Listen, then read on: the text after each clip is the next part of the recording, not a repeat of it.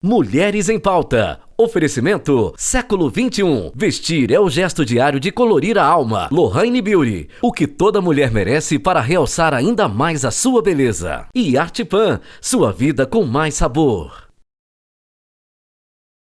Delícia e arte em panificação, confeitaria e restaurante, onde você encontra, além da excelência em seus serviços, como o atendimento e respeito aos clientes, uma variedade de produtos dos mais diversos aromas, cores e sabores que se destacam pela qualidade e garantia que só a Arte Pan oferece há mais de 30 anos. São 5 lojas em Lavras, para que a família Arte Pan possa levar mais atenção e amor à sua mesa e melhor atendê-lo.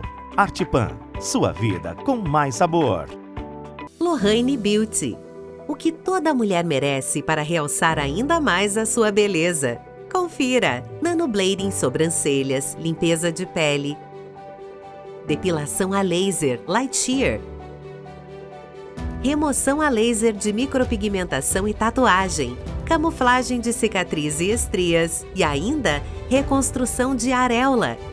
Lohane Beauty. Estética e beleza em um só lugar.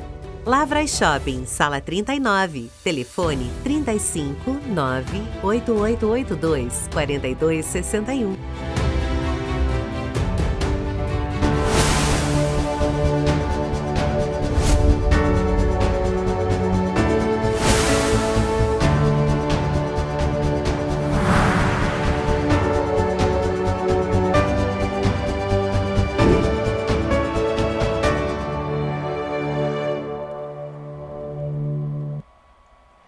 Se você tem um filho ou filha e está vivendo o dilema, ter ou não ter o segundo, fica com a gente, que esse programa será para você. E será também da nossa convidada, uma mulher que, assim como nós, também vive os seus conflitos internos sobre maternidade. De dois, será? Seja muito bem-vinda ao Mulheres em Pauta, Francine Lima, que é mãe, professora e pesquisadora em educação. Obrigada, Cíntia, pelo convite. É um prazer estar aqui com você nesse programa tão especial, com uma temática que a minha é muito cara, inquietante, mas ao mesmo tempo muito especial. Muito obrigada mais uma vez. Sei, como você disse, que é um tema sensível, mas que merece, né, ser debatido, conversado, porque a gente sabe que muitas mulheres, muitas de nós, vivem essa angústia.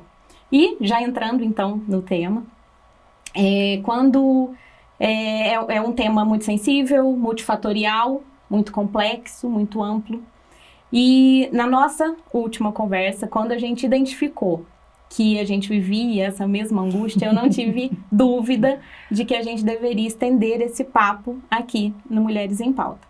Você que é, como eu disse, mãe, professora, pesquisadora em educação, com certeza tem uma experiência muito diferenciada, né, que vai contribuir muito, assim, com essa conversa aqui que a gente vai ter. Então, para a gente ir criando aí uma intimidade com as mulheres que nos assistem, você pode fazer uma apresentação, né, uma breve apresentação para a gente entender quem é a Francine. Certo. Bom, eu sou mãe do Benício, né, eu acho que isso hoje é uma grande marca que eu tenho e não posso ser quem sou sem dizer que sou a mãe do Benício, e aí a gente vai entender daqui a pouquinho o porquê. Né, como você disse, professora, tenho uma trajetória profissional na educação básica e no ensino superior como professora formadora de professores, pesquisadora em educação, e essa relação, né, de formação profissional e maternidade também estão ali, andam lado a lado, inclusive na tomada de decisão de ser mãe. Sim. Sou natural de Mogi das Cruzes, São Paulo, e estou aqui em Lavras há 7 anos, nós vamos completar os 7 anos vivendo aqui em Lavras. Segundo meu filho, ele é lavrense já, né? Fala como os lavrenses, sim, como os mineiros já, né? Chegou aqui muito cedo, sim, com 2 aninhos. Então, ele já tem essa terra como a terra dele, né? E vim em função do meu trabalho, sim, né? Como um projeto de família. No momento em que eu passo aqui no concurso para a área de educação, didática, né? Que é a minha cadeira. e hoje estou aqui, né, neste estado, nessa cidade, nesse espaço de trabalho que é a universidade, não só trabalhando com as questões da educação, né, com olhar para a formação de professores, com um olhar específico para as crianças, que é a especificidade do meu trabalho, mas também com atuação na educação superior, na formação de professores da educação superior, trabalhando na diretoria de ensino hoje, na gestão da universidade. Então, são muitas identidades muitas Francines. Falei de 3, mas a que conversa com uma que conversa multiplicar, isso. São muitas. E também tem, né, a filha da Sandra e do Josué, a esposa do Raí, Sim. a irmã da Alessandra, da Josiane, da Tatiana, a amiga, né? Então são muitas mulheres dentro dessa Francine que constitui essa identidade profissional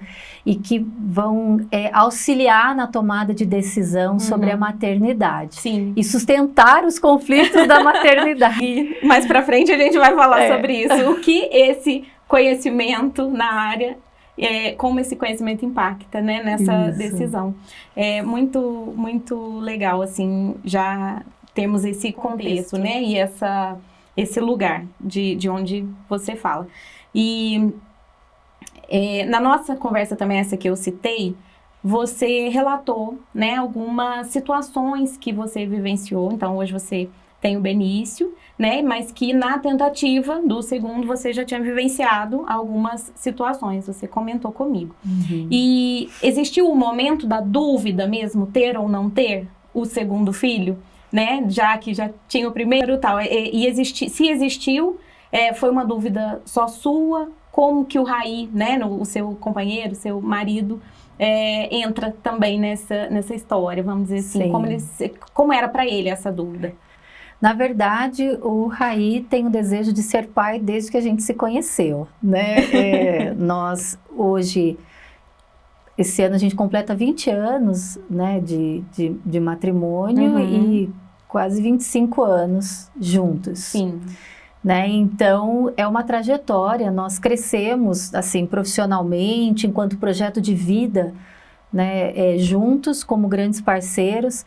E essa aventura da maternidade, da paternidade, sempre foi muito compartilhada, né? E ele dizia que aos 25 anos ele seria pai. E eu olhava e falava assim, comigo? Peraí, com quem que você vai casar, né? Para ter... Sim, porque nós temos uma diferença... Com toda essa certeza, né? Vamos dizer assim. Nós temos uma diferença de idade de 6 anos, e aí eu falava, acho que alguma coisa não tá batendo aí, né? Mas, e aí num tom de brincadeira eu falava, bom, é comigo só para eu entender, né, enfim.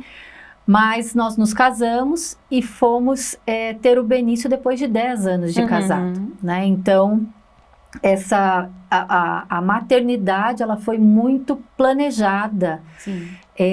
Mas também diante de muitas dúvidas, né. Para pensar o segundo filho, eu vou contar como foi essa do com primeiro. Certeza, né? Com certeza. Como eu disse, nós crescemos, né, inclusive profissionalmente juntos, né, num processo de formação, ele na profissão dele e eu na minha, e sempre de forma muito intensa, né, tudo que nós fazemos, a gente tem uma dedicação, uma responsabilidade, um compromisso, né, não só ético, mas também com aquilo que a gente entende que a gente pode oferecer, e assim também foi com o nosso matrimônio Então, essa dedicação intensa fazia com que a gente ponderasse, né, o que era preciso para ser pai e mãe. Sim. Então, mesmo ele querendo muito, eu sempre ponderava. E ele sempre respeitou demais, como um companheiro exemplar, né, um grande amigo, acima de tudo, alguém que respeitava o meu momento. E a necessidade dessa segurança emocional e psicológica, que eu acho que é uma questão que a gente tem que ponderar muito. E às vezes, né, as pessoas tratam a maternidade de forma muito romântica, ou que ser mulher é sinônimo de ser mãe. Sim. E aí eu quebrava um pouco esse tabu, dizendo que eu não pensava se eu ia ser mãe, né? Se necessariamente eu ia ser mãe. Sim. E as pessoas, mas como assim? Mas você vai casar? E eu falava, tudo bem, mas a sua mãe, seu pai tiveram 4 filhas maravilhosas. As pessoas já tinham um planejamento para você, que é da sociedade, é cultural e é realmente, né, o que se espera. Isso. Mas você mesma não estava... Eu não me percebia mãe. Entendi. Eu não me via mãe. E aí tem uma questão que se liga também à minha profissão, né? Eu era, na época, professora de educação infantil. Sim. Então, o contato com criança, e assim, dentro da minha profissão, numa perspectiva extremamente profissional, eu não me via como mãe das crianças. Mas eu me satisfazia, entendi. No sentido de conviver com crianças pequenas. E, inclusive, aprendi a trocar fralda. No momento que eu entro para ser professora de educação infantil, com 18 anos. Entendi. Então, eu vou completar 25 anos de docência, né? Seja na educação básica, no ensino superior. 25 na educação básica e 20 na educação superior. Então, aquilo já me satisfazia, esse contato com as crianças. E aí, o pessoal brincava, a diferença é que você não leva os seus filhos para casa, né? E eu falava, não, mas eles não são os meus filhos. E aí, de novo, eu quebrava um tabu, porque acreditava-se que para ser professora de educação infantil tinha que ser mãe. Tinha que ser mãe, porque senão você não saberia o que aquelas crianças estavam sentindo. Isso, exatamente. Né? Então, eles me ensinaram muito também. E aí, por 10 anos, isso para mim foi uma situação que foi sendo gestada junto com a ideia. Mas a pressão era muito grande, porque nós nos casamos... Só te interrompendo, você até me desculpa, mas eu vou falar porque para mim existiu isso. A questão do ter uma casa, parece que a gente tem uma planilha de coisas, de itens que a gente precisa ter. Namorou, casou, tem a casa... Aí você consegue o carro, aí você não tá mais com nenhuma dívida aí. E aí chega um momento em que você fala, não... Isso, tá faltando alguma coisa, né? Mas, na verdade, as pessoas cobravam muito. E diziam assim, nossa, mas você só pensa em trabalhar como se trabalhar fosse um problema para mim, quando, na verdade, eu adoro fazer o que eu faço. Meu trabalho eu gosto demais, estudei para isso, né? Eu brinco que se eu fosse escolher outra profissão, seria essa profissão novamente, porque é uma profissão de interações. Sim. E aí chegou um momento que eu até inventava umas desculpas, assim, as pessoas supunham que eu tinha algum problema para ter filho. Entendi. E eu falava... 10 anos também, 10 anos? Como assim? Só pode ter um problema, né? Sei lá. Nunca pode ser uma escolha, Não né? era uma escolha, era um problema. Porque quando eu dizia que era uma escolha, as pessoas se assustavam. E chegavam os julgamentos, estendiam os comentários, e aquilo me incomodava profundamente, porque era extremamente invasivo. Sim. Né? Desrespeitoso em alguns casos. E aí eu e o Rai descobrimos que se a gente inventasse uma desculpa, era muito mais fácil. Acabava o assunto. E acabava o assunto, porque as pessoas ficavam com dó. Nossa, desculpa, será que tem algum... Tem. Uma questão assim muito pessoal. E acabava a conversa. E não deixava de ser. A gente não dizia o que era. Você não estava mentindo? Não estava mentindo, mas era uma questão muito pessoal. Sim. Quando a gente descobriu que essa resposta era uma resposta aceitável, e aí as pessoas então achavam que eu tinha um problema para engravidar, ou o meu esposo. Sim. E aí a imaginação rolava solta, mas a gente ficava em paz. E acabava a conversa. Enfim, depois de 10 anos, então, sim, a gente entendeu que nós estávamos mais maduros e eu emocionalmente mais tranquila e segura para receber uma criança, né? Para cuidar, para gerir, para gestar. E por que eu digo isso, né? Implicados que somos, inclusive com o nosso relacionamento, né? Com o nosso matrimônio, a gente tem um cuidado muito grande um com o outro, né?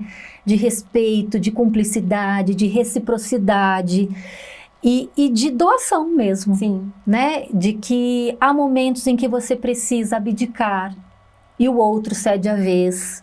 Isso é assustador, né? É assustador. Quando você pensa em ter um filho. Para mim, essa parte quando a gente olhava para essa possibilidade de um filho, a gente entendia que a gente ia ceder, que a gente ia se colocar, que a gente, acima de tudo, perderia o controle da situação. Então, a chegada do Benício veio nessa perspectiva de que o mundo é muito diferente. E quando você entende que você não tem o controle das coisas, a montanha-russa sobe e desce, você se torna uma pessoa melhor. Né? Mas, acima de tudo, a gente entendeu que era o momento de materializar o nosso amor. Uhum. Sobre aquilo que a gente entendia de família, de matrimônio, de bem-querer pelo outro Sim. e de doação para um outro ser que vai precisar de cuidado, de carinho, de afeto e de abdicação de quem somos nós para que o outro seja. Então, quando a gente entendeu que a gente estava pronto para isso, não só financeiramente, mas acima de tudo, sobretudo, emocionalmente, Uhum. né? Porque eu entendo que as questões financeiras, elas são ajustáveis. Sim, e até conversando, né, eu te falei isso, que pra mim não pesou, eu não tive medo não pensava no parto, muito pelo contrário, eu sempre fui bem, assim, tranquila com isso. A minha família, minha mãe, minhas tias, são muito boas parideiras. E eu achava, isso não pesou pra mim, a amamentação, curar o umbigo, as questões práticas não. Mas quando eu me dei conta de que eu tinha um peso enorme por entender que eu não era um ser humano pronto ainda, eu ainda queria me evoluir. Isso. Eu queria evoluir mais. Isso me dava muito medo. Já grávida, eu já tinha decidido. Eu acho que isso fez a decisão se estender. E quando eu engravidei, eu pensei, e agora? Como eu, que sou um ser incompleto, vou poder dar alguma contribuição para a formação de outro ser? Isso pesou muito, né? E aí eu acho que isso tem a ver muito também com a questão desse senso de realidade. Senso de realidade. Né? E isso era o que mais assustava a mim e ao Raí. Sim. Né? Pelas as nossas atividades profissionais e desse contato com o dia, com o mundo, com aquilo que se espera que seja um mundo melhor. Então, e aí tá o desafio de ser mãe e pai com uma idade um pouco mais adiante. Exatamente. Né? E aí tudo isso que você viveu com ele, aí vem o Benício. Aí, Benício, isso. Com todos os desafios. Sim. Com todo a mudança de planos, porque você acha que vai ser naquela forma que você criou na sua cabeça, no seu planejamento. Porque foi assim comigo também. Isso. A gente entende que vai ser daquela forma. E aí não foi. Pois é, e aí o Benício já veio cumprindo a promessa de que teríamos uma vida diferente, uma aventura, né, de ser pai e mãe, mas de uma escolha, né? E estava no final do doutorado, quando então, depois de uma trajetória de dedicação aos estudos, e falei, bom, agora é o momento de cuidar da família, né? Me organizei ali profissionalmente. E aí, à época, bom, me cuidava, né, com contraceptivo. E as pessoas diziam, não, quando você parar de tomar o remédio, vai demorar muito, porque faz muito tempo que você, né, se protege e tal. Eu falei, ok. Ia defender em fevereiro, ali, maio, minha tese de doutorado. Falei, ok, paro de tomar remédio agora em outubro.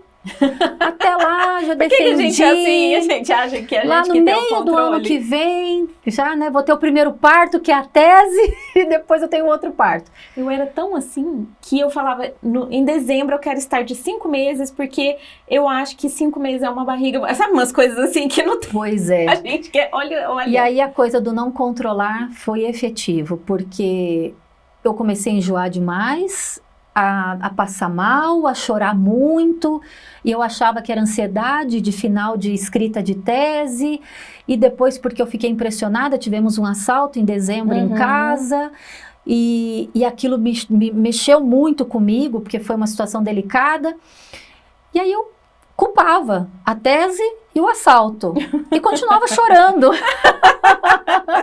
Chorava muito, e eu não sou de chorar assim, né? Eu tenho um nível de sensibilidade, mas que não é apresentada às outras pessoas. Eu sou muito discreta nesse sentido. E eu chorava muito. Até que em fevereiro eu falei, gente, isso não passa. Eu falei, peraí, aí meu corpo já começou a se organizar para amamentação. Falei, isso aqui não é meu, isso aqui não existia, né? Que é isso aqui, gente? Falei, acho que eu tô grávida.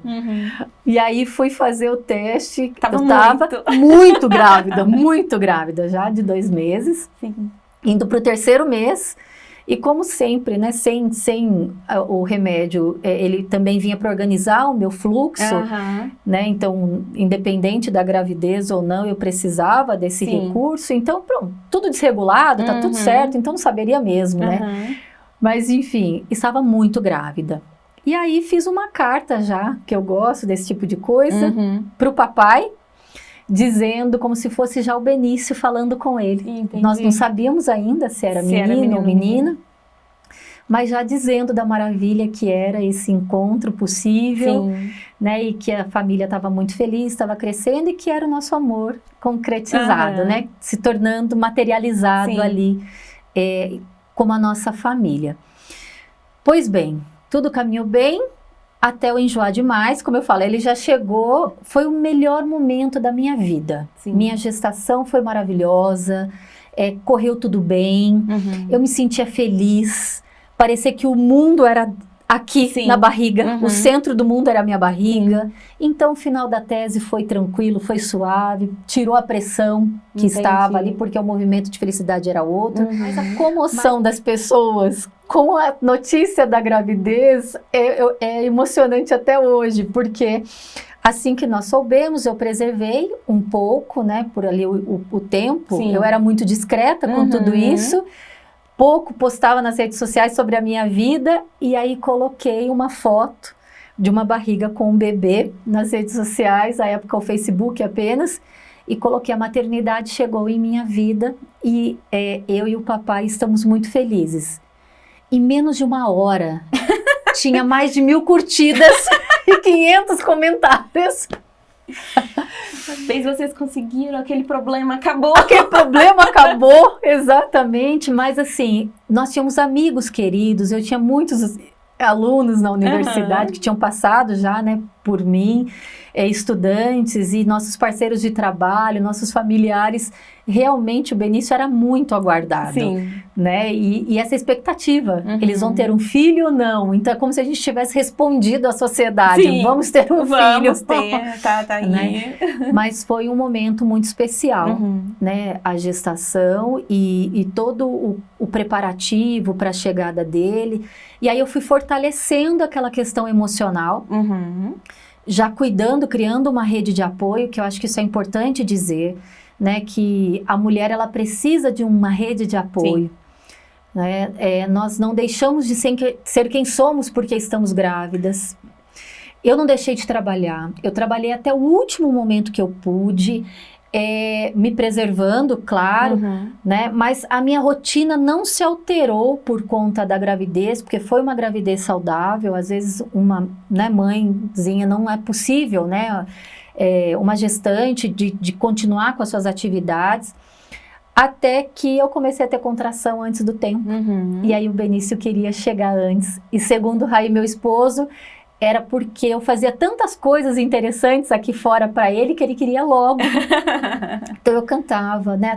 Aí vem a dimensão pedagoga, vem a dimensão educadora, pesquisadora, né, em educação, aplicar que ali sabe em você a importância aquele conhecimento todo, né? Da relação criança, mãe, pai, família, né? Tutor responsável nesse processo de gestação. Então nós conversávamos com ele na barriga. Eu tenho filmes conversando com ele na barriga, pequenos videozinhos. Então, eu gravei mensagens, eu lia histórias, eu cantava. E assim foi. Então, meu esposo diz que ele chegou antes do tempo porque eu provoquei o fato. E aí começam já os desafios que têm a ver com as demandas do segundo filho. Benício nasceu prematuro, né? E aquele sonho, aquela idealização romântica da maternidade, que é tudo lindo, que vai dar tudo certo e que ao final de um parto bem sucedido nós vamos para o quarto, ficar com o bebezinho e de lá fazer todas as fotos, sair da maternidade com a foto oficial. Um bebê prematuro não. No entanto, não Benício realiza nasceu isso. prematuro. né? E eu fui suspensa, fiquei, né, convalescente a partir das 32 semanas, ali 34 semanas, com contrações já, segurando o máximo possível para que terminasse de formar todos os seus órgãos, e aí a gente começava a ficar mais tenso, né? Mas nunca sem perder a fé de que tudo ia dar certo, de que tudo ia correr bem. E então, quando deu ali 34 semanas, 35, e aí fomos para o hospital, e Benício nasceu. Dia 29, vai fazer agora 9 anos, dia 29 de agosto de 2014. E aí, tudo bem, foi uma cesariana, o mundo se abriu, né?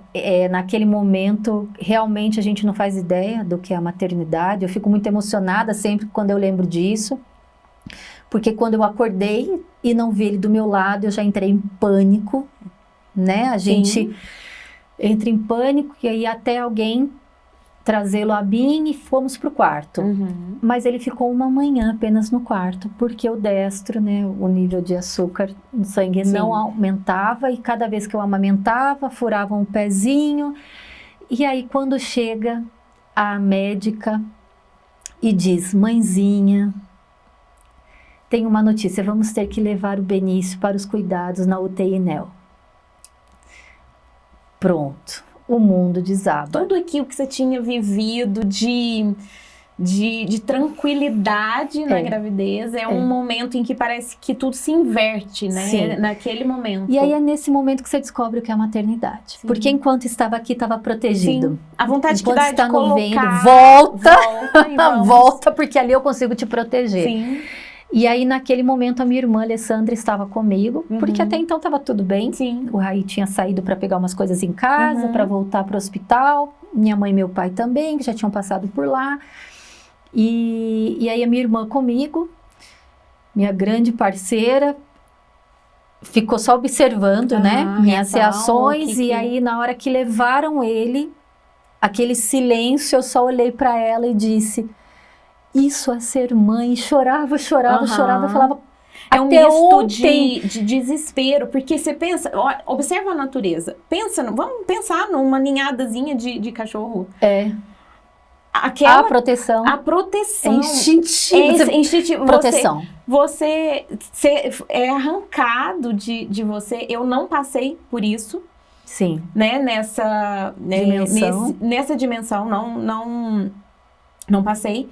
Mas eu imagino, porque a gente tem esse ideal e esse instinto de que ele esteja ali, um bebê que é assim. E aí quando eu tenho a imagem dele sendo levado, e aí eu digo para minha irmã assim, eu falo, Alessandra, como isso é possível? Até ontem eu não sabia o que era ser mãe, tinha medo de ser mãe, e de repente é tudo que eu tenho. E tiraram tudo que eu tenho. É como se tivessem tirado de mim a minha vida. Sim. E aquilo realmente mexeu muito comigo. Sim. Ali eu entendi o que era a maternidade, né? E é um caminho sem volta. Porque a gente, como uma grande leoa, quer ali desbravar e salvar e lutar por aquilo. E eu lutei, porque mesmo sendo cesariana, eu esqueci completamente que eu estava toda cortada. E permaneci na UTI NEL o tempo inteiro, que eu pude. Né? Pedindo a Deus que tudo ficasse bem, né? Porque uma mãe jamais quer ver seu filho numa incubadora, né? Tendo de tocar pelo colocador dos braços. Mas também aprendi que existem anjos aqui na Terra, que são as enfermeiras e as médicas e os médicos da UTI NEL, né? Que assim, eu vou ser grata eternamente. Já vi muitos relatos sobre isso. Essas crianças sobrevivem porque elas são a mão de Deus aqui na Terra. Porque elas são profissionais competentes. Eu creio muito nisso. E é o primeiro amor, é um amor incondicional a um bebê que não são delas. Né? Então, é emocionante acompanhar um trabalho na UTI NEL e o quanto elas fazem forte para que a gente esteja forte. Né? Eu saí, a gente tinha que caminhar um pouco por conta, né, da cesariana, mas não podia muito. Sim. Então eu saí com muitos hematomas, né? Ele ficou 5 dias. E eu fui para casa sem o Benício. Sim. Então você ir para casa sem barriga e sem filho é muito triste. Sim. Né? Então eu me solidarizo E a todas as muito. mães que Sim. perderam seus filhos por alguma razão. Né? É assim, eu não consigo me colocar no lugar delas porque não é possível. Sim. Né? Aquilo que eu vivi não chega aos pés do que essas mães que por alguma razão não voltam, ou por óbito, ou porque ficam lá meses. Sim. Mas eu não fui capaz de passar uma noite inteira em casa sem ele. Nós fomos para casa porque eu precisava dormir e não podia mais, né? Tem um tempo que a gente fica acompanhando no hospital, mesmo sendo particular, né, o convênio, mas eu fui, dormi um pouco e nós voltamos, tanto eu quanto o Raí, para perto do nosso filho, porque nós já éramos o ninho dele. Sim. Né, para cuidar, para... Independente e para de ser qualquer cuidado, coisa, né? da Nós situação. precisávamos também ser cuidados. Sim.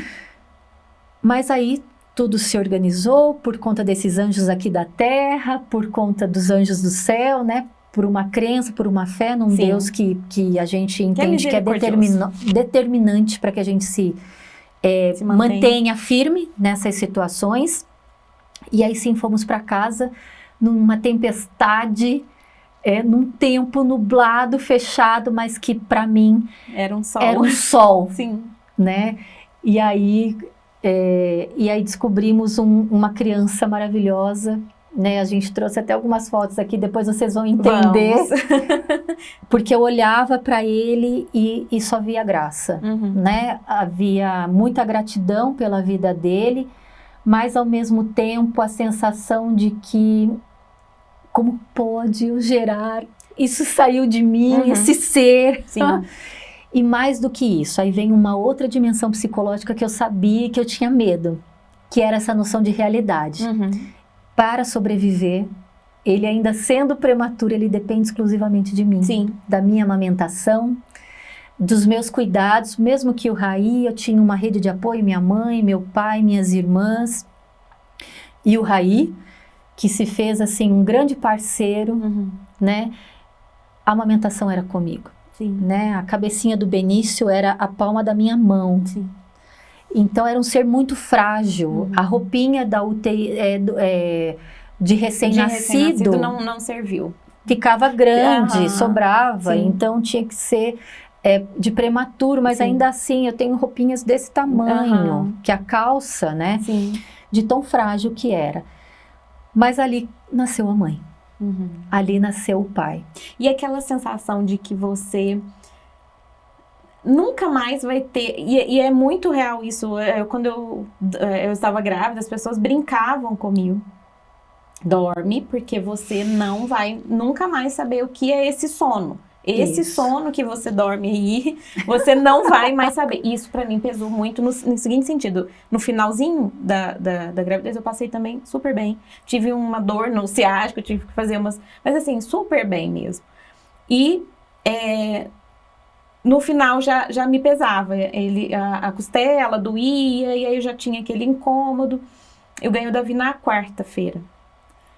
E o meu desespero veio de pensar que naquele final de semana, porque quando você tá numa semana turbulenta, você pensa, sábado eu descanso, domingo eu descanso. E bateu isso muito forte. De imaginar, sábado eu não vou descansar. Sábado, não tem sábado mais. Não tem mais o domingo para descansar, que vai ser aquela rotina para sempre. Na cabeça da gente, quando a gente acaba de ganhar o neném, é para sempre. Isso. E depois, a questão que eu te falei do período ali em que os hormônios estão se ajeitando logo depois, tem um nome técnico para isso, eu não me lembro agora, mas que você só chora. Isso. Eu tive isso. Não é uma depressão pós-parto, não é isso. Mas é um momento em que você chora sem saber por quê e se culpa por estar chorando porque você ama aquele ser, mas ao mesmo tempo você chora. E aí, copiosamente, de fraqueza, de sono, de não sei, a gente não sabe por que tá chorando. E aquele momento, nós estamos fugindo da questão do segundo filho, mas é porque é muito importante para mas eu acho que é determinante para saber o porquê do sim ou do não do segundo filho. Porque era uma das perguntas, e eu nem vou fazer pergunta, a gente vai ficar aqui nesse papo, porque a questão também do... Quais são as coisas que você vive com o primeiro que vão impactar na decisão do segundo? Isso. E aí, quando você chama atenção, né, para esse pós-parto, quando eu disse que então nasceu a mãe, nós temos uma questão emocional, além da questão hormonal, né, mas de senso de responsabilidade muito grande. Sim. E eu acho que isso, a mim, foi o mais impactante. Aquela coisa da implicação, do cuidado, da seriedade, da responsabilidade que nós pensávamos lá atrás, veio à tona. Assim como o Raí saiu do hospital com olheiras. Sim. Aí a gente brincava, quem teve o filho? Foi a Francine ou foi o Raí? Porque eu também cuidei para que ele vivesse esse início de maternidade, de paternidade, juntamente comigo. Porque ele não é um adendo que me ajuda, ele é o pai. Ele é o pai. Que passou a existir ali. Sim. E eu sempre conversei muito isso com ele. E às vezes ele vinha, ela vem o momento pedagógico, né? Ela vem a pedagoga, ela vem o momento psicológico. Porque a gente também não pode naturalizar que o pai ajuda. Não, o pai é pai, Sim. A mãe é mãe. E por conta desse contexto social em que a gente vive, a gente precisa dizer o óbvio, que o pai é pai e que a mãe é mãe. Né? Então, isso também foi um pacto nosso, né? De que nós seríamos, nós cuidaríamos dessa gestação e também do nascimento, para que pudesse emergir o pai e a mãe. Então, aquele momento que é delicado de primeiros dias, das primeiras horas, eu não fiz a opção por estar com a minha mãe e com o meu pai. Geralmente, as famílias às vezes pedem para a mãe ficar junto. Eu tive que negociar muito isso com a minha mãe para ela não se sentir preterida ou magoada com essa situação. Mas eu fiz questão que quem estivesse comigo fosse meu marido. Que quem me desse o apoio nas trocas iniciais fosse o meu marido. Sim. Ele não sabia, mas ele aprendeu assim como eu. Lá em casa, a mesma coisa, as primeiras noites. Também quem dormiu comigo foi o meu marido. A minha mãe chegava às 6 da manhã, né? Porque ele também ia trabalhar. Mas quem vivia aquela intensidade da madrugada comigo era ele. Gente, como... Era ele. Como a gente tem coisas parecidas. Em comum. Muito. Eu fico muito absurdada, assim. Porque é muito real. Eu falei pra rede de apoio que, assim, eu falo isso todos os dias. Todos os dias eu agradeço pela rede de apoio. Eu sei o quanto eu sou privilegiada por ter. Sim. Muito. Mas isso é muito real. Mas eu falei, a minha mãe não morava aqui na época. E ela veio só ela também tinha compromisso, então ela veio, visitou, voltou. A minha sogra ia todos os dias. E eu falei, vocês podem cozinhar, limpar, organizar, mas... ele é comigo. Isso. O Davi é comigo. Isso, assim, foi uma determinante. Eu determinei que ia ser assim. Não aceitei. Porque no hospital eu fiz questão de aprender tudo. Manobra de desengasgar. Isso. Eu salvei o Davi, ele engasgou com remédio de refluxo. E eu precisei daquilo. De tudo. Eu falei, eu quero aprender da banho, eu quero aprender o umbigo, tudo. Porque é comigo. E aí é interessante porque a gente acaba chocando, né, com a questão de gerações, né? Quantas vezes eu ouvi da minha mãe carinhosíssima dizendo, mas eu sempre fiz assim, por que você vai fazer assim agora? Você tá viva. Sim. Né? Quando a gente trazia questões aí, volta a questão da minha formação, daquilo que eu estudei, daquilo que eu sei, né? O que é ideal para uma infância de qualidade, os brinquedos ou não que ele teria para se desenvolver ali nos primeiros momentos, o que seria o contato mãe-criança.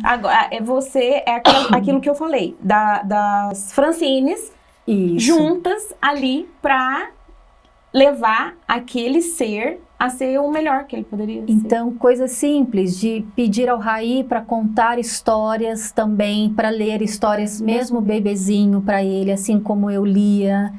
Então, ele também foi aprendendo. Sim. Né? E desde a comidinha que se fazia, não vai consumir nem sal, nem açúcar até os 3 anos.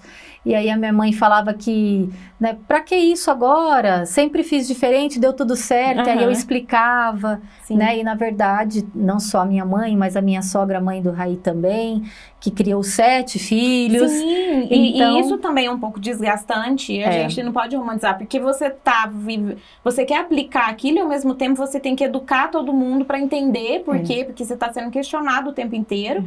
De por que você vai fazer daquela forma. Isso é um pouco desgastante também, né? Mas aí volta o projeto de família. Sim. Eu e o Raí, nós tínhamos pactos. Que quando esses excessos começavam, a gente se retirava. Entendi. Se nós estávamos em algum lugar e essas intervenções aconteciam que podia gerar em mim alguma ansiedade, meu grande medo era travar a amamentação.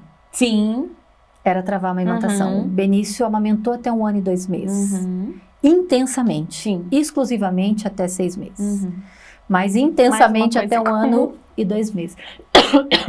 Então, é quando essas interferências que são carinhosas, né? Não são, são totalmente carinhosas e como você disse, conflitos de gerações. Sim.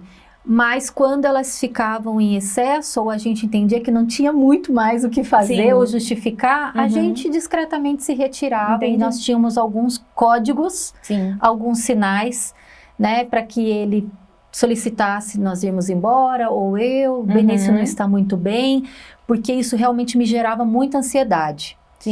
E aí era clássico, o Benício tinha cólica na sequência, porque aí todo aquele meu clima são hormônios, passava para ele sentia, né, porque a criança é muito sensível com as emoções também, elas sentem as nossas emoções, então esse foi um cuidado que eu tive.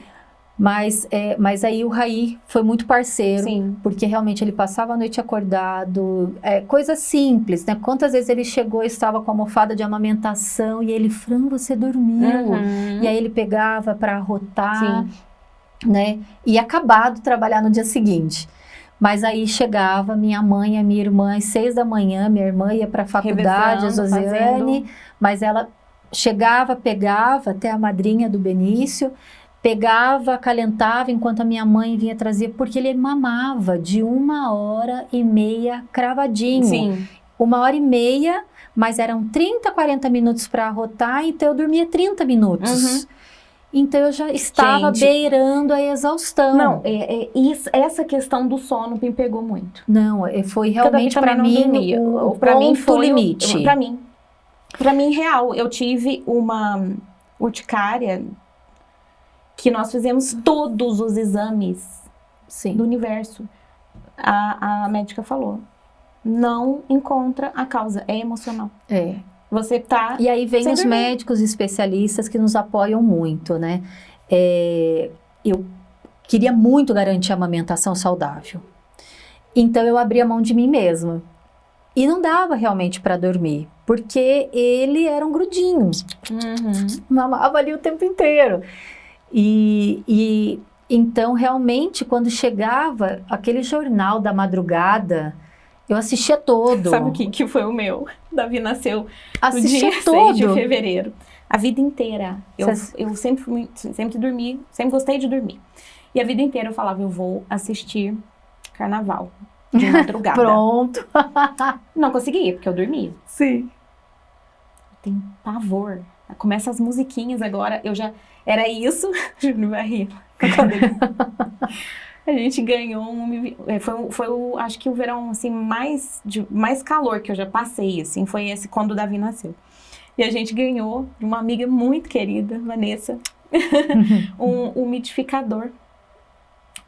Ele tinha uma luz azul e a gente deixava ele ligado porque era muito quente, e aquilo ligado de madrugada, e eu assistindo o carnaval, e o Davi não dormia, chorava, porque nos 3 primeiros dias ainda não tinha descido, era só colostro, ele tava com fome, e eu sem entender aquilo, voltei com ele pro hospital.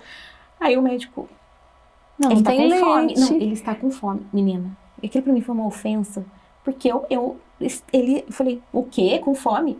Do jeito que eu tava, eu botei ele falei assim, olha como ele suga. Ele falou, uma coisa é ele sugar, outra coisa é seu leite ter descido. Você não tá vendo que seu peito tá aqui? Gente, e assim, ele chorava. E a exaustão de não dormir. E aí, assim, isso impacta muito na decisão de ter o segundo. E aí eu volto para a rede de apoio, né? E é interessante pensar que a importância da rede de apoio. Quando a gente tem o bebê também, a gente passa de existir. Passa-se a enxergar apenas a criança. Sim. E isso é muito sério. Então, enxerguem as mães. Né? Elas continuam existindo. Elas são pessoas, né? Não deixaram de ser gente porque viraram mãe. Então, merecem respeito, merecem ser olhadas, vistas. E o Raí, né? A gente conversava muito que dava até uma decepção quando a gente ia à casa de algum familiar e eles... Cadê o Benício? Não, o Benício ficou com a outra vovó. Ah, tá bom. As pessoas viravam as costas e a gente deixava de ter importância. Mas esse também é um cuidado que o Raí, de forma muito generosa, teve comigo. Ele, em hipótese alguma, chegava e cumprimentava o Benício. Ele sempre chegava, olhava para mim, falava comigo se eu estava bem, se eu precisava de alguma coisa e depois se dirigia ao Benício. Né? Então, porque ele entendia que eu precisava de atenção. Então, ele e minha mãe cuidavam de mim.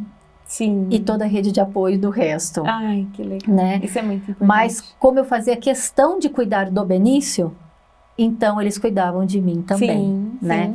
Mas faltou muito pouco para uma depressão pós-parto. Porque realmente aquele movimento, e nem sei dizer se eu não tive, né? É porque aquele movimento de pensar na sobrevivência, isso me pegava muito. Que ele dependia de mim para sobreviver. Sim. Isso mexeu demais comigo. Entendi. Então eu fazia questão de amamentar, de zelar, de acarinhar, de conversar, de apresentar o mundo, de dizer o quanto ele era amado, né? O quanto aquilo para mim era um milagre. Sim. Né? E aí eu chorava. Amamentava e chorava. Eu amamentava e chorava. Especialmente quando quem é mãe sabe, aquele momento que tá aqui e o olhinho fica vidrado nos seus olhos. Aquilo pra mim é assim... Essa imagem é muito forte. Eu trouxe essa imagem pra vocês, né? E ela é muito forte. E aquela mãozinha, né?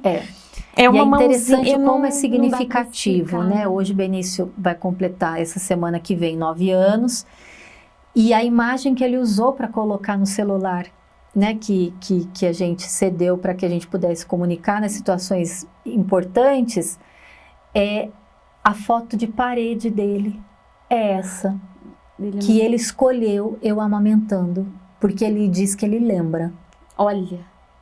Que ele lembra de quando ele mamava. Sim. Então, assim, são essas conexões que nos interessam, nos importam. E aí, onde vem o segundo filho? Chegamos, gente. Nós pensamos, depois de um bom tempo, e aí eu vim pra cá, né? Uma nova vida, uma nova história. Meu esposo ainda tem uma situação de trabalho, uma logística de trabalho, de muitas viagens, né? E a minha rede de apoio está toda em São Paulo. Sim. Né? Mas ainda assim, nós pensamos numa segunda oportunidade, em termos de um segundo filho. Depois que a gente falou, bom, acho que a gente dá conta, sobreviveu a criança. Já deu certo, né? Mas a gente entendia que aqui também era uma nova história, uma nova etapa, né? Um novo momento para a nossa família. Minha mãe, quando nós viemos para cá, minha mãe e meu pai ficaram aqui um tempo e depois voltaram para São Paulo, né? Para nossa cidade de origem. E aí em 2018, em maio de 2018, de novo, parei de tomar o remédio, pum, engravidei. Vocês têm... Facilmente. Facilmente. Dá uma liga boa. Muita. E aí, mas só que diferentemente do Benício, eu descobri porque eu comecei a ficar tonta com muito mais frequência, um mal-estar, uma tonteira. Minha cunhada, na época, Eliane, estava aqui, veio de São Paulo para cá para uma viagem com a minha sogra, a dona Ana. E ela falou, você tá grávida? Aí eu falei, não tô não. Ela falou, quer apostar, você tá grávida. E aí a gente foi fazer um teste de farmácia. Então vamos comprar um teste de farmácia. Pum, estava grávida. E aí festejamos, que legal, né? E aí fizemos aquelas coisas, o Benício não entendia nada, foi promovido ao irmão mais velho, mas nós não contamos para ele. Ele estava com 3 anos, mas nós não contamos para ele. E aí, achamos que era o momento. E o Caio falava assim, mas Fran, e aí, como que fica, né? E se acontece alguma coisa, e se eu não estiver aqui? Eu falei, vamos resolver isso, vamos dar um jeito. Aconteceram muitas coisas. E aí, doutora Juliana, quem me acompanha aqui, descobri, né, uma médica querida aqui, ginecologista obstetra, e aí já começamos o acompanhamento e comecei a passar mal. E então já estava indo para o 3º mês, quando a gente descobriu que era uma gravidez tubária. Entendi. E por isso eu passava mal. Sim. E por isso eu sentia dores. E aí começou já, né, fugir ao modo de segurança. Sim. Né? E aquilo, né, já tinha um ser que passou a ser amado, bem-quisto, bem-vindo. Você já muda na sua cabeça tudo, você já imagina tudo, como vai ser. Já existe ali um plano. E aí, depois de algumas semanas, a coisa se intensificou. E aí eu comecei a passar muito mal e corri para o hospital. E aí já, né, o Raí não estava aqui.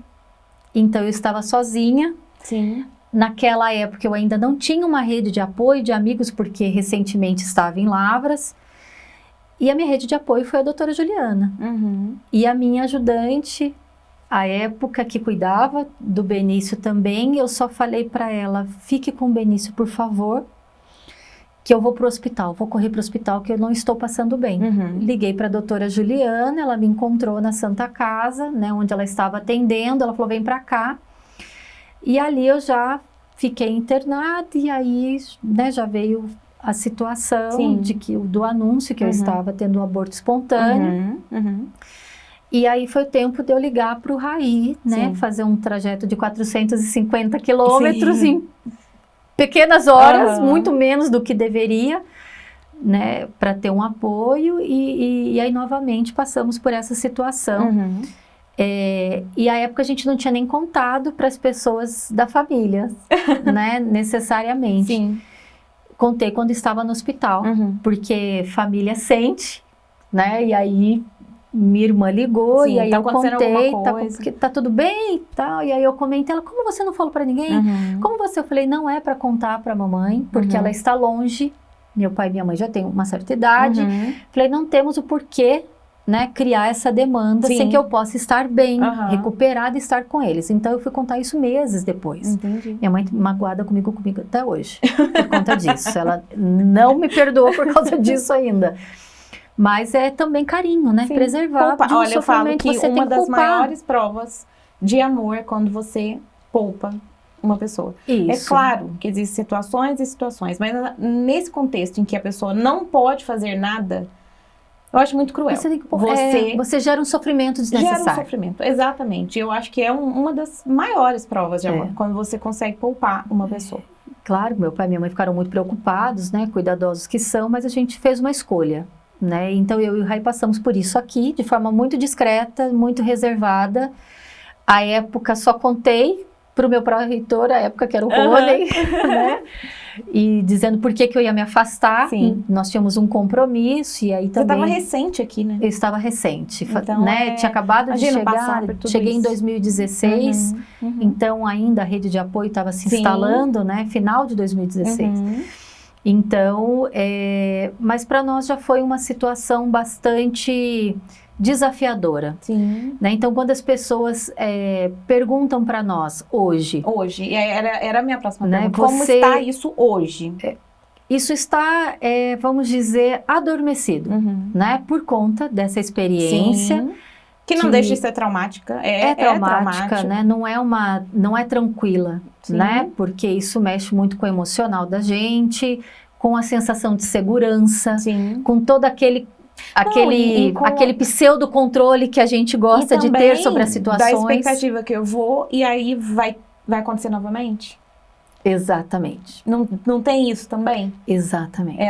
Esse sentimento de né? Nós somos seres humanos, então... E aí ainda estamos nessa situação, né? Itinerante um pouco ainda, Sim, né? De exatamente. idas e vindas e viagens. Eu também vou ainda, né? Minha família toda em São Paulo, então... Próximo final de semana, estarei lá para fazer uma situação familiar e volta no domingo, vai Sim. sábado e volta no domingo. Uhum. Então a gente ainda tem. Hoje o Benício está um pouco maior, né? Ele é capaz de até cuidar de mim hoje, a gente brinca, né? E apesar de toda essa rede de apoio que eu tenho com o Raí, parceiro, mas a gente entendeu que não era o momento enquanto nós não estivéssemos permanentemente juntos. Entendi. Aqui. E com as condições emocionais para isso e psicológicas para isso, né? Porque eu me vi numa situação já muito desafiadora emocionalmente. É uma fragilidade. Há uma fragilidade, do meu ponto de vista. Mas que não descarta a hipótese, né? Para quem está aí ansioso com a resposta... Não descarta a hipótese, apesar de já estar numa idade em que a gente pede alguns cuidados. A doutora Juliana fala, é agora a hora. Sim. Francine, é agora a hora. Me recomendou ácido fólico, ela né, já passou todo o roteiro. E por ela eu já tinha engravidado, né? Que ela deve, um dia eu vou falar para ela assistir. Mas ela faz todos os alertas, né, necessários. Hoje a medicina nos dá uma condição de fazer escolha de uma maternidade um pouco mais alongada, com uma idade um pouco mais alongada, mas requer muitos cuidados, né? E aí eu perguntei ao Benício antes de vir para cá o que ele achava que eu devia responder, e ele disse que sim. Que é pra gente ter um filho, né? E aí brincou que o papai tá muito velho pra isso. Ainda tirou uma onda com o pai. Quando eu pergunto, eu já te falei qual é a resposta. Não, porque eu quero uma mamãe. E aí mas aí veio a ressalva. Aí o pai fez uma provocação. Tudo bem, vai ter que dividir a mamãe mesmo? Aí ele falou, é mesmo. Pensando bem, acho melhor não. Então, a negociação em casa vai ter que ser intensa. Um pouco mais pensada, né? Mas ele fez uma observação. Olha que bacana. Assim, eu vou ter alguém para brincar todos os dias e 24 horas por dia. Então, ele acha, né, que vai nascer, ele já vai brincar, pronto para brincar com ele, do tamanho dele. Tem essa questão também, a decepção. Eu falei, filho, não é muito bem isso, né? Essa conversa foi de ontem para hoje, né? Houve uma negociação, uma reunião familiar para saber o que eu responderia, né? Mas assim, eu penso que o segundo filho, para além das pressões sociais agora, né, voltando para uma dimensão mais realista, que aí também tem a noção de realidade, que eu acho que mexe muito com a gente, né, pensar em ter um filho, 2 filhos, 3 filhos, é você ponderar objetivamente as condições de educação e cuidado que você pode oferecer para essa criança. Vamos pegar esse gancho, mas antes disso, a gente vai fazer um intervalo, porque essa parte eu quero deixar para depois do intervalo. Fica aí.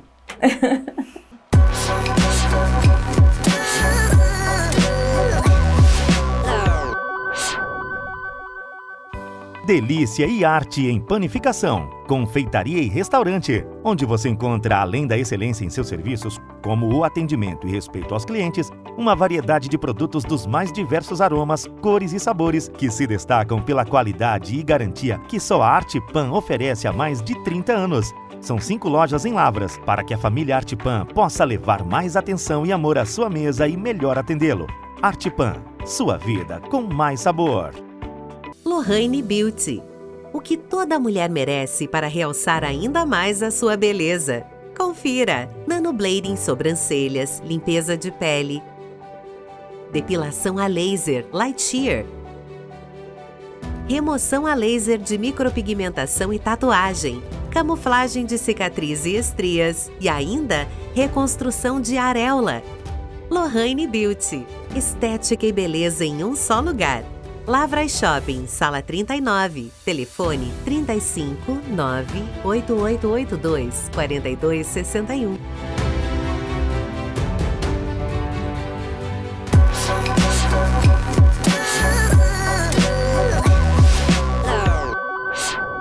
De volta aqui com Mulheres em Pauta, nessa conversa super interessante, com um tema que aflige muitas de nós, eu tenho certeza, que é o dilema do segundo filho. Uma pausa para a gente agradecer aqui aos nossos patrocinadores, que têm permitido que esses encontros aconteçam todas as quartas aqui no Lavras TV.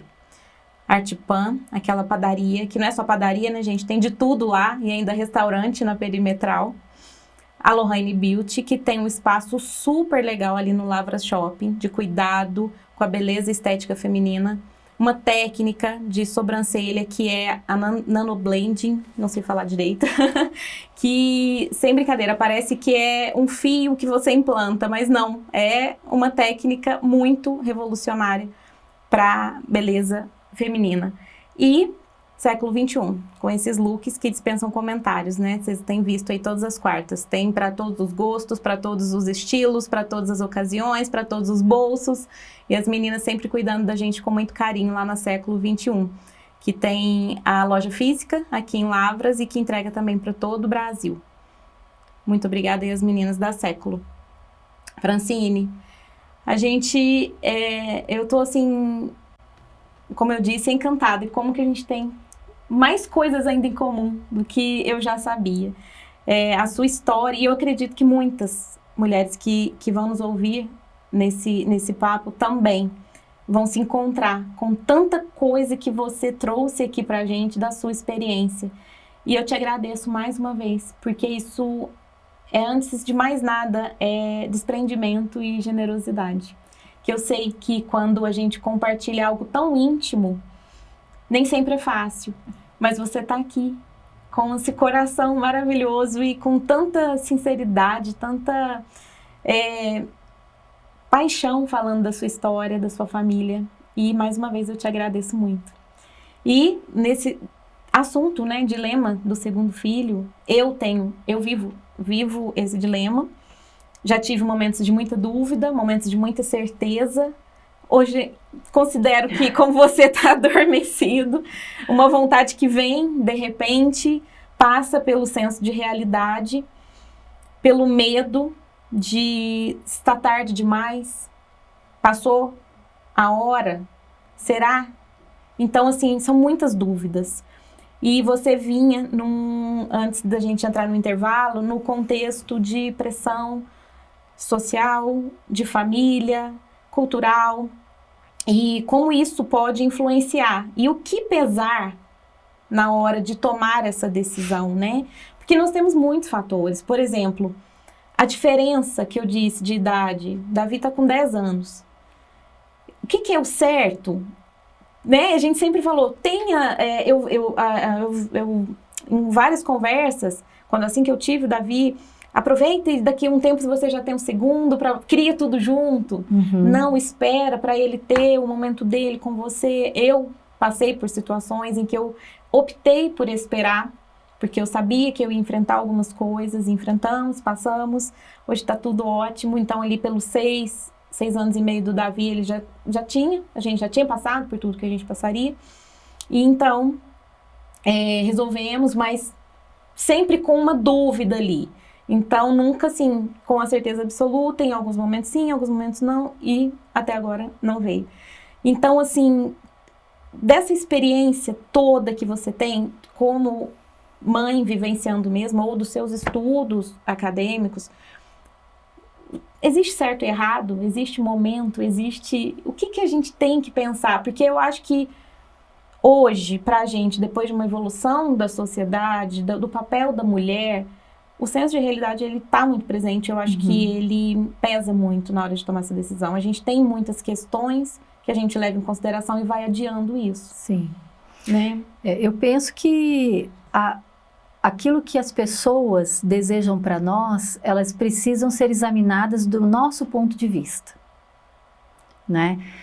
As pressões sociais, elas acontecem porque é da natureza de uma organização social, né? Nós nos constituímos no coletivo. E aí, né, aquilo que nós somos porque o outro reconhece que somos. Sim. Então, podemos dizer que a nossa identidade é sobretudo coletiva, né? Esses muitos eus são compostos por tantos outros eus, né? Tantas outras pessoas que compõem a minha existência, a minha relação com o mundo, que nos ajudam a ser e estar nesse mundo. E por que eu chamo atenção para isso? Porque também tem a dimensão de que cada um desses eus e desses outros tem uma percepção única sobre o mundo e sobre as coisas. Sim. Então, pensar, né, no segundo filho ou qualquer decisão que vá se tomar, é preciso uma análise de si mesmo. Sim. Né? Então, quando eu penso, quais são as minhas condições de ter um segundo filho? Qual as nossas necessidades em relação ao segundo filho? Ela é social? Ela é um projeto de família? Ela é um projeto individual? Né? Porque se for individual também tudo bem, né? Há mulheres que não querem se casar, mas querem ter filhos. Sim. E tá tudo bem. E aí eu acho que a gente precisa encarar isso com tranquilidade. E quando você traz uma pauta de mulheres, né? Mulheres em pauta, eu acho que você ilumina esse espaço que a mulher deve ter por direito que é dela, de fazer as suas escolhas. É sobre ter ou não ter um filho, antes mesmo de pensar no primeiro ou no segundo. Sim. Porque quando eu dizia que talvez eu nem pensasse em ter filhos, as pessoas se chocavam tanto. Você, como mulher, você é uma... E chocava a minha família, porque afinal de contas, a minha mãe teve 4 mulheres, as minhas irmãs tiveram seus filhos, a minha sogra, as minhas amigas. Eu fui uma das últimas a ter filho do meu grupo de amigas. Né? Enquanto elas já estavam no terceiro, no segundo, eu não sabia nem se eu queria o primeiro. E isso chocava muito as pessoas, né? Mas eu acho que foi esse processo de autoanálise, né? Quem sou eu e quais as condições objetivas que eu tenho para gestar uma criança. E mais do que isso, essa é só a pontinha do iceberg. Como a gente cria um filho. Essa né? parte, eu acho que a gente teria que ter mais 5 programas. 5 programas e não serão suficientes, né? Porque a qualidade, aí vem, né, aquela dimensão daquilo que se estuda, daquilo que se pensa, da noção de realidade. De uma sociedade que está mudando a passos, assim... Com crianças nascendo chipadas, né? A gente fala, elas nascem com chip, né? Com um HDzinho já todo estruturado. Então, as relações de educação e cuidado são outras, né? Então, eu acho que, acima de tudo, a escolha passa por uma escolha pessoal, antes de ser com o outro. Sim. E só te interrompendo,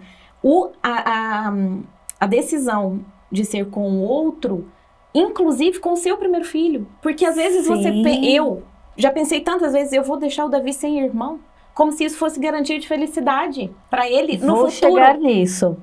Sabe? Porque por muito tempo, inclusive eu e meu esposo, ponderamos que era egoísta da nossa parte não dar um irmão ao Benício. Mas, pera lá. Como assim, dar um irmão? Não é um objeto que você concede ao outro que já existe. É isso. E aí, quando a gente teve essa noção, e aí é claro, né, a gente pensa na rede de apoio, numa questão ampliada, na relação, olha, ele tem 6 irmãos, eu tenho 3 irmãs. Então, essa convivência com os irmãos, a gente nunca precisou ter amigos fora, porque os nossos amigos eram dentro. Nós tínhamos uma rede de amigos que eram os nossos próprios irmãos, os primos. Mas, ao mesmo tempo, minhas grandes parceiras, não necessariamente em algumas situações são as minhas irmãs. Sim. Eu tenho amigas queridíssimas que se tornaram irmãs ao longo da vida. Sim. Então, assim, os bons amigos se tornam família. Hoje eu posso dizer tranquilamente que aqui em Lavras eu tenho uma rede de apoio. Sim. E na medida em que a gente vai se conhecendo, vai percebendo os pares, as semelhanças e até as divergências que nos unem muitas vezes, faz com que a gente seja, com que nós sejamos pessoas melhores. Sim. Então, quando você pensa no segundo filho para suprir algo ou alguma coisa de alguém, game over. Sim. Para tudo, que o caminho está errado. Sim. Porque aí você vai desconstruindo as pressões sociais. Sim. Porque você precisa de um filho para dar um irmão para o seu filho. Você precisa de um filho para te ajudar quando você estiver na velhice. Você precisa de um filho. O filho passa a ser um objeto quando ele não é. Isso é tão... Eu fico arrepiada, de verdade, porque eu acho que deve ter tanta gente que precisa ouvir uma conversa dessa para ampliar mesmo, Rose Botrel, ampliar os contornos. Isso. Porque a gente vem com isso como uma construção de vida. Né? E de ouvir isso. Não, e quantas vezes, assim, também pelas pressões sociais, né? Isso eu escuto desde sempre. Ela só pensa em trabalhar. Como se trabalhar fosse o inverso de ser mãe. Sim. Né? Então, como eu disse, hoje o Benício falou para a professora que ele tem muito orgulho de quem sou eu. Eu tenho orgulho da minha mãe, fechou os olhinhos e falou, tenho orgulho da minha mãe, porque ele jogou no Google o meu nome na escola, consultou e mostrou para os amigos que aparece a foto. Entendi. E ele achou aquilo o máximo. Sim. E é claro, né, só jogar o nome de todo mundo que aparece todo mundo lá, mas ele não sabe disso. Ele não sabe disso. E ele achou o máximo. Sim. E aí ele falou que ele tem muito orgulho da mãe dele, porque a mãe dele é professora de professores, porque a mãe dele faz isso, porque a mãe dele brinca com as crianças na brinquedoteca. Então ele foi dando características. Sim. Então aquilo que às vezes se diz, né, que para ser uma boa mãe, aí eu entro nesse quesito das pressões sociais. O que é ser uma boa mãe? É estar 24 horas com seu filho, sem olhar para ele, sem dar atenção, sem de fato ouvi-lo, sem de porque fato ele tá olhar, sujando o sofá? Aí eu questiono o parâmetro de ser uma boa mãe. E assim, o que é ser uma boa mãe? Que mãe você é? Quais as condições objetivas hoje que essa mãe tem de ser mãe, muitas vezes? Entende? Então vamos olhar para a mãe também para falar do filho? Sim. Então acho que você não pode tirar o sujeito mulher que não deixa de ser mulher porque se tornou mãe. Ela também é professora, é empresária, é farmacêutica, é médica. É só mulher que vai querer sentar e ficar... É uma lojista. Não fazer nada. É uma comerciante. Sim. É uma diarista. Sim. Independente da profissão que se tem, todas elas são valorosas, mas é o ofício dela. Sim. E às vezes as pessoas invalidam isso, né? Para ser mãe, você tem que abdicar da sua existência para ser mãe. Eu nunca encarei a maternidade dessa forma. Sim.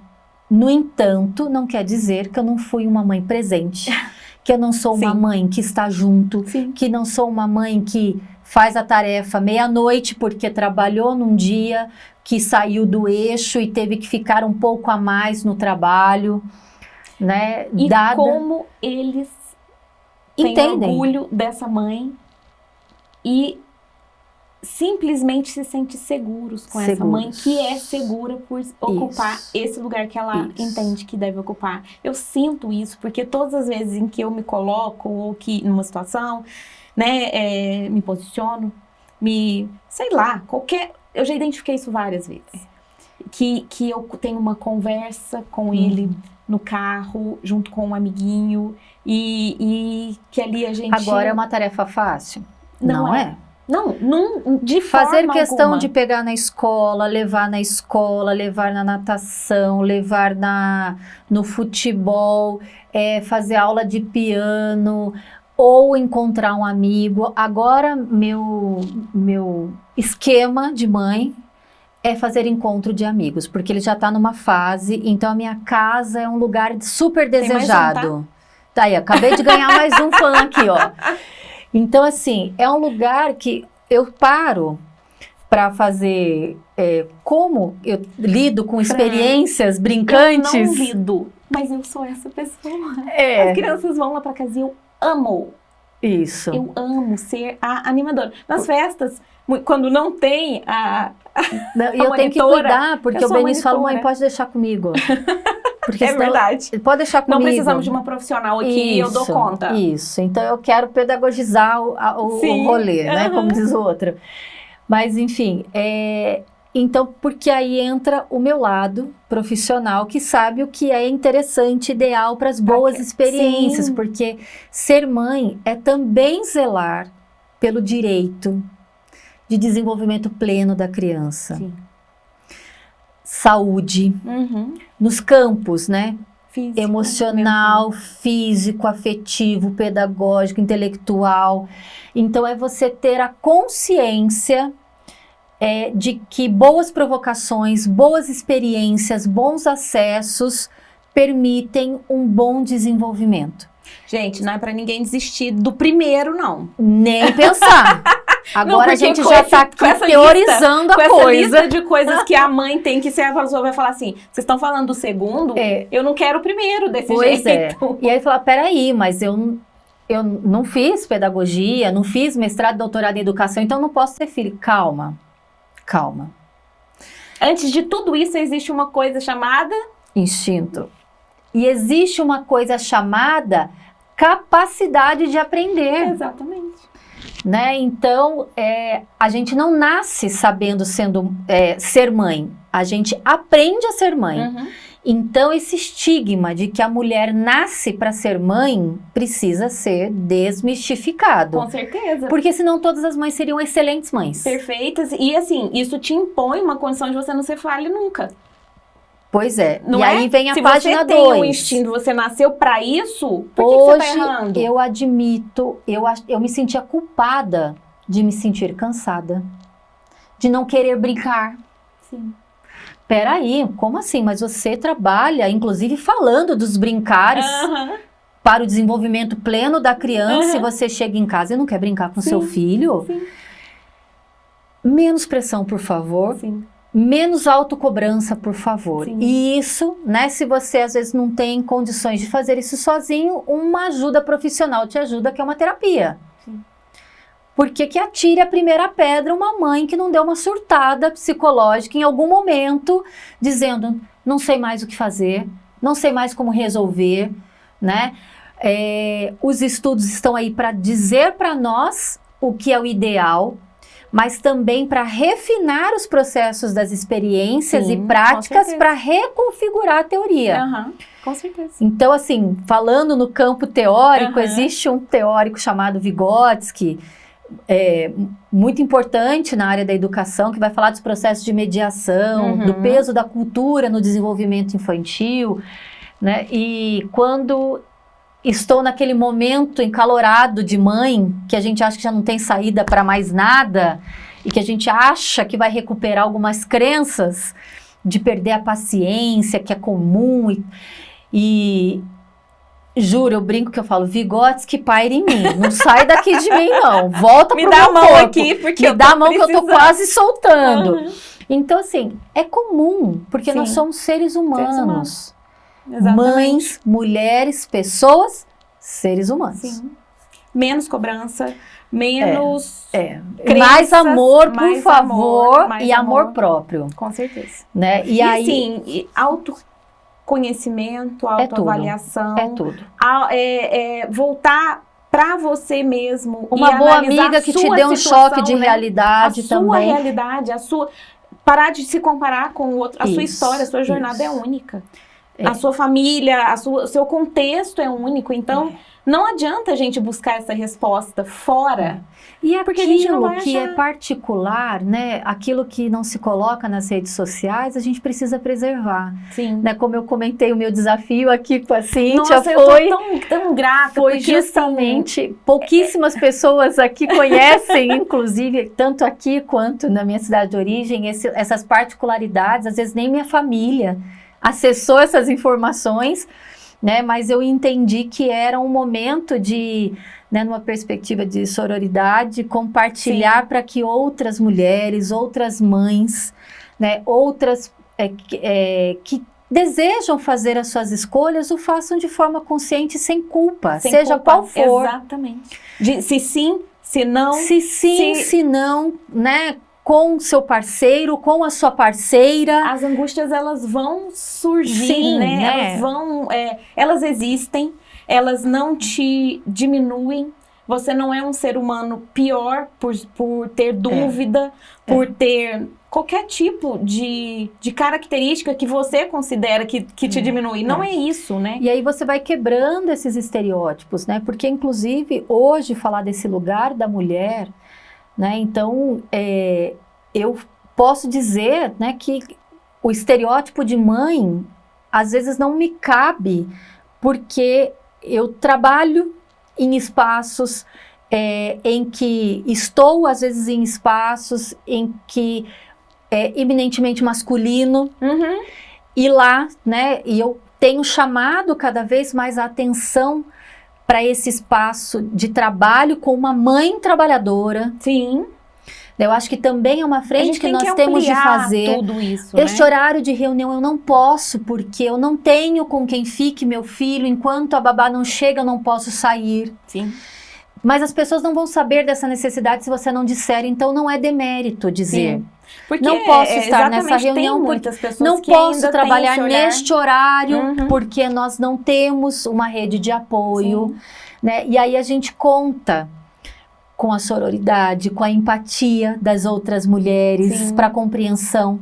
Com certeza. Também dos homens que nos cercam, né, que estão no campo de trabalho. Sim. Né? Então, porque olha, também vou te dizer, viu, Cíntia, apesar de nós falarmos isso, e dessa ser uma pauta cada vez mais comum, nós ainda temos muitas mulheres que não enxergam dessa maneira. Infelizmente. Infelizmente, eu não posso generalizar, mas nós precisamos dizer a elas, e também por isso aqui... aplicar, né? Isso. É aplicar, eu acho que é colocar...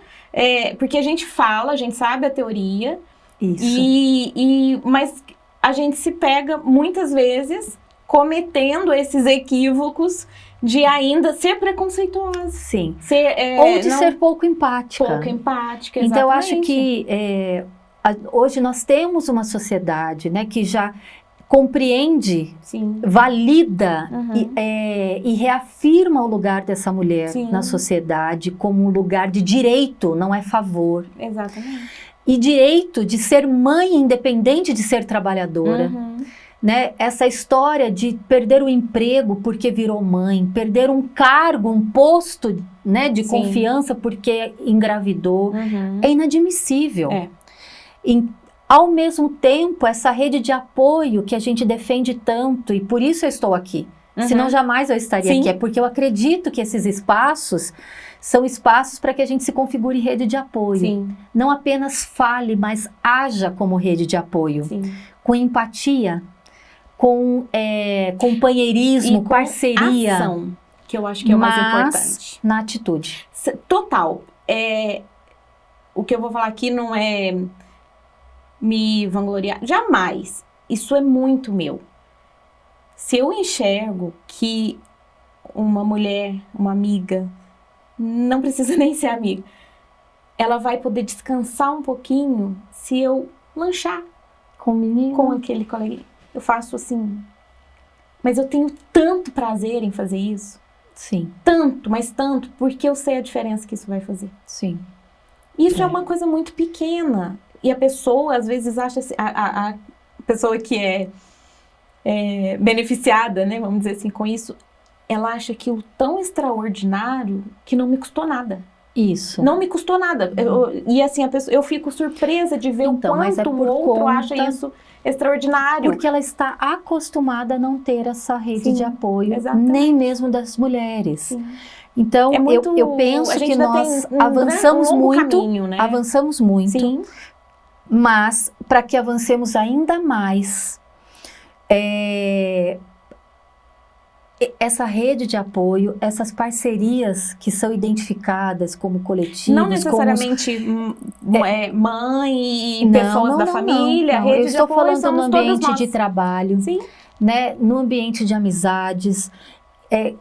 Precisamos se fortalecer, precisamos nos fortalecermos, de fato, fazendo valer a sororidade e a empatia. Não basta falar, é preciso agir com empatia. Sim.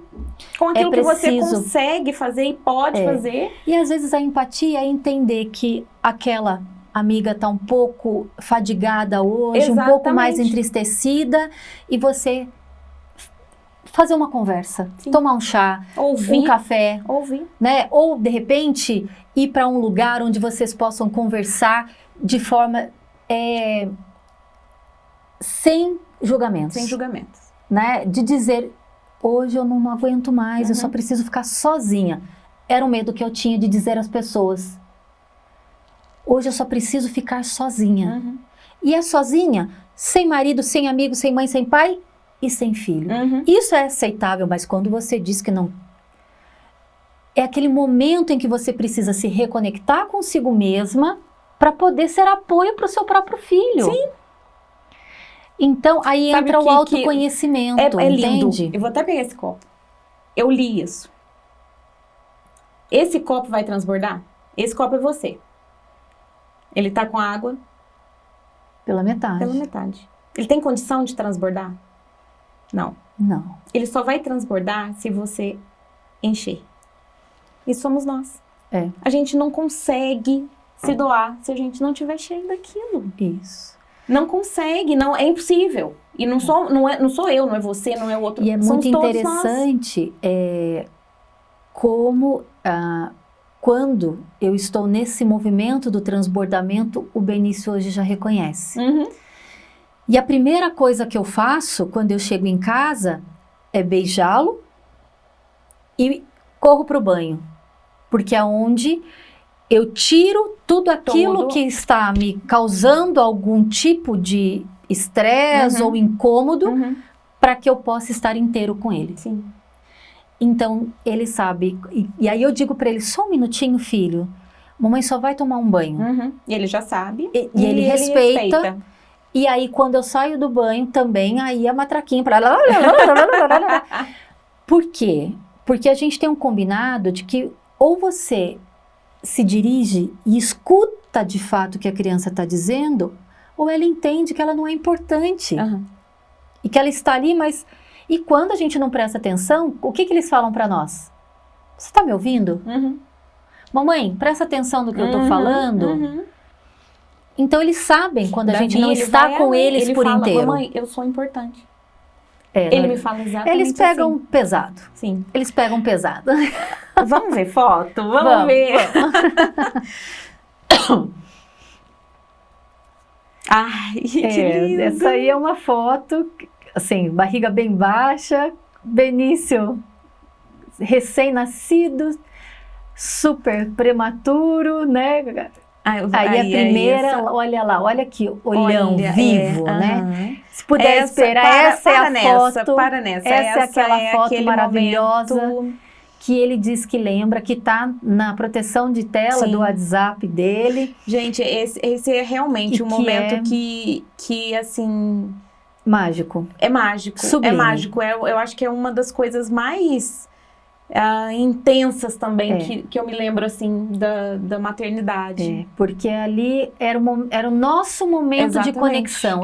E deixar de amamentar, eu acho que foi muito mais difícil para mim do que para ele. Com certeza, para mim, com certeza. Naquele momento, é como se eu estivesse tirando a nossa principal conexão. Exatamente. E quando, na verdade, é muito mais do que isso, né? Ali a gente selou a conexão. Sim, pode passar. Pode passar. Ai, gente, olha isso. Aqueles momentos que sempre preservei. Olha aí, ali. com 14 dias, Raí, meu graça. esposo... Ele tava realmente... Realmente abatidíssimo. Saiu da maternidade, coitado, olha lá. Aí o aniversário de um aninho. Aquele momento em que eu chegava do trabalho, se puder parar aí pouquinho. Nessa aí. Dando aula na universidade, em São Paulo, a aula acabava às 10h30. Então eu chegava em casa, diferente daqui de Lavras, que em 5 minutos você está em casa, eu chegava em casa quase 11h30 da noite, 23h30, e ele me esperava fielmente.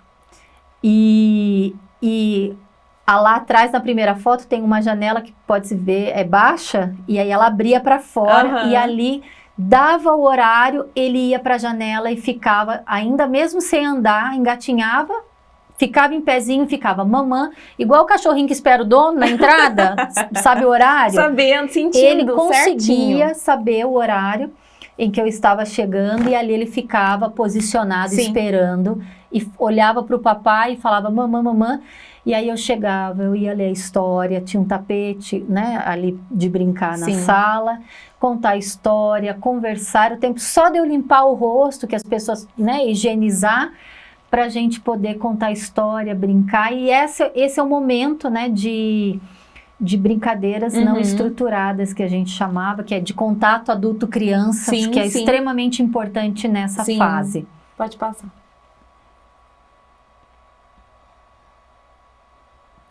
Se puder parar aqui um pouquinho, aqui foi um momento assim muito especial e que isso nos gerou uma situação muito desafiadora, porque foi o início da pandemia. Nossa. E no início da pandemia eu peguei Covid e fiquei internada. Acho que você lembra disso. Eu lembro. E era um momento onde ainda não tinha vacina e a gente precisava ficar isolado. Então, novamente, ficamos eu, Benício e Raí. E aí eu já tinha uma rede de apoio, nem sabia que eu tinha amigos tão queridos como eu já tinha amigos, mas não sabia que eram tão mais queridos, em que eles levavam, Ana Carla é uma delas, levava sopa na casa, na porta da casa, o bolo de cenoura com cobertura de chocolate, porque a gente não podia ter contato com ninguém, o Raí não podia sair, amigos do departamento se prontificavam a fazer compras. Ai, gente, né? E é muito lindo quando você vive isso, né? Você identifica na dificuldade que você realmente não está sozinho. Isso. E aí a gente entende o quanto também Deus se faz presente nessas pequenas coisas e nesses detalhes, mas especialmente nas coisas que Benício dizia para mim. Fiquei internada, voltei para casa e na época houve um óbito no hospital que eu estava e aí ficamos muito assustados. Sim, não foi simples no caso de vocês, né? Não foi. E aí ficava em casa, mas eu voltava para o hospital todos os dias para fazer a medicação e o medo de ficar lá e acontecer alguma coisa. E isso mexeu muito com o Benício, porque ele não podia tocar em mim. E vocês ele não têm podia isso com muita intensidade. E o nosso toque, o abraço é o melhor lugar do mundo, como ele mesmo diz. E então ele ficava do lado de fora do quarto e a porta aberta. Lá ele fez um jeito dele jantar comigo. Ele fez uma caminha na porta do quarto, eu muito debilitada na cama, e ele almoçava comigo para eu não almoçar sozinha, conversava comigo, falava, e aí na hora de dormir, quis dormir na sala, que era mais perto, e não no quarto dele, que era em cima, junto com o Raí, meu esposo, e à noite eu ouvi ele rezar com o Raí, dizendo pro Papai do Céu, por favor, não deixar a mamãe morrer, porque ele não podia viver sem o meu abraço. Que ele não podia... A gente se emociona, eu emociono toda vez. Não, eu não consigo. Pra mim então, e aquilo mexia demais comigo, né? E aí depois da quarentena, quando eu pude abraçá-lo, ele ficou mais de 15 minutos dessa forma comigo. E aí eu registrei esse momento porque ele, para nós, era sinônimo de vida. Sim. Mas isso gerou... Foi um renascimento mesmo, né? Foi uma segunda chance. Foi uma porque segunda foi chance. muito sério. Eu me lembro desse seu caso. E aí, e ele entendeu plenamente isso. Olha, e aí esse olhinho, como Sim. eu e o Raí dissemos, é sempre um olhinho de prazer, quando ele tá satisfeito. Mas ele um dia parou na frente da porta e falou, mamãe, eu quero cantar uma coisa para você. E aí ele cantou uma música que dizia, poxa, depois eu lembro, que eu era, né, tudo. Agora eu vou lembrar, você é a razão da minha felicidade. Ah, entendi. Não vá dizer que eu só sou, né, mas desejo a você o que há de melhor, a minha companhia, para não se sentir só. E eu nem sabia que ele sabia essa música. E de repente ele cantando isso pra mim. E eu falava pro Raí, quem ensinou essa música pra ele? Nós não sabemos quem ensinou essa música pra ele até hoje. E ele dizia, eu desejo a você o que há de melhor, a minha companhia para não se sentir só. Olha, gente. Você é a razão da minha felicidade. Sim. Então, de novo, e a gente chorava. Então... Não, e assim, eu fiz essa pergunta pra minha prima, Fernanda Bustamante, na entrevista anterior. E se teve algum momento em que ela falou da trajetória dela, em que ela falou assim, venci na vida. Mesmo que depois ela queira mais, e eu acho que esses momentos em que ele mostra essa sensibilidade, eu senti isso, eu tinha sentido isso, e essa pergunta me veio por essa situação. Davi gosta muito de brigadeiro, e ele queria cobertura, ele queria brigadeiro, e eu cansada, falei, não vou fazer. Decidi que não ia fazer. Ele continuou no quarto, deitado, eu levantei e falei, eu vou fazer, mas eu não falei pra ele que eu ia fazer. E aí eu fui fazendo lá, cansada, mas fazendo. Aí ele me gritou. Davi, ele tem isso, quando eu tô longe, ele sempre me grita assim, pela casa, pra saber onde que eu tô. Mamãe, eu falei, filho, eu tô aqui fazendo o seu brigadeiro. E ele não falou nada. De repente, eu só senti uma mão na minha cintura. Um olharzinho na panela. Olhou pra mim e falou, muito obrigada, mamãe, por você estar fazendo. É isso. Falei, sabe os momentos que você fala assim, tá dando certo? É esse o caminho? E assim, isso é muito acalentador, porque a gente tem essa dúvida, tá sendo suficiente o que eu tô fazendo? Isso é uma dúvida pra você ter o segundo filho. Se der certo esse, eu posso ter o próximo. Isso, exato. Isso é muito tem mais foto? Eu não lembro. Tem mais uma ali. Acho que ele tem que chegar até nela pra entrar. Pode ir. Isso, essa é uma foto muito significativa para nós, porque ele tem, né, paixão. Volta, por favor, volta. Aquela da família. Minha mãe, meu pai, né, não precisa nem dizer que é do lado de cá, e a mãe do Raí, a dona Ana. Mas é assim, extremamente amado. Ele é a raspa do tacho da família toda. E é claro, né? Eles querem que a gente tenha o segundo filho de todo jeito. A pressão continua. Mas eles especial, têm né? um carinho imenso, né? Pelo Benício, por essa maternidade. E a próxima é quem eu sou. Aquilo que ninguém vê e que ninguém acredita que eu sou. Né? As muitas Francines que moram em mim. Tem uma que é brincante, que aprendeu a ser brincando com o meu pai, né, com as minhas irmãs, com a minha mãe. Mas esse carrinho de rolimã, nós estamos descendo uma rua da UFLA de carrinho de rolimã, carinha de alegria dele, né? Um carrinho feito pelo meu pai, que ele presenteia os netos. Ai, que lindo. Esse que está aí tem mais de 20 anos, e o Benício também ganhou o dele.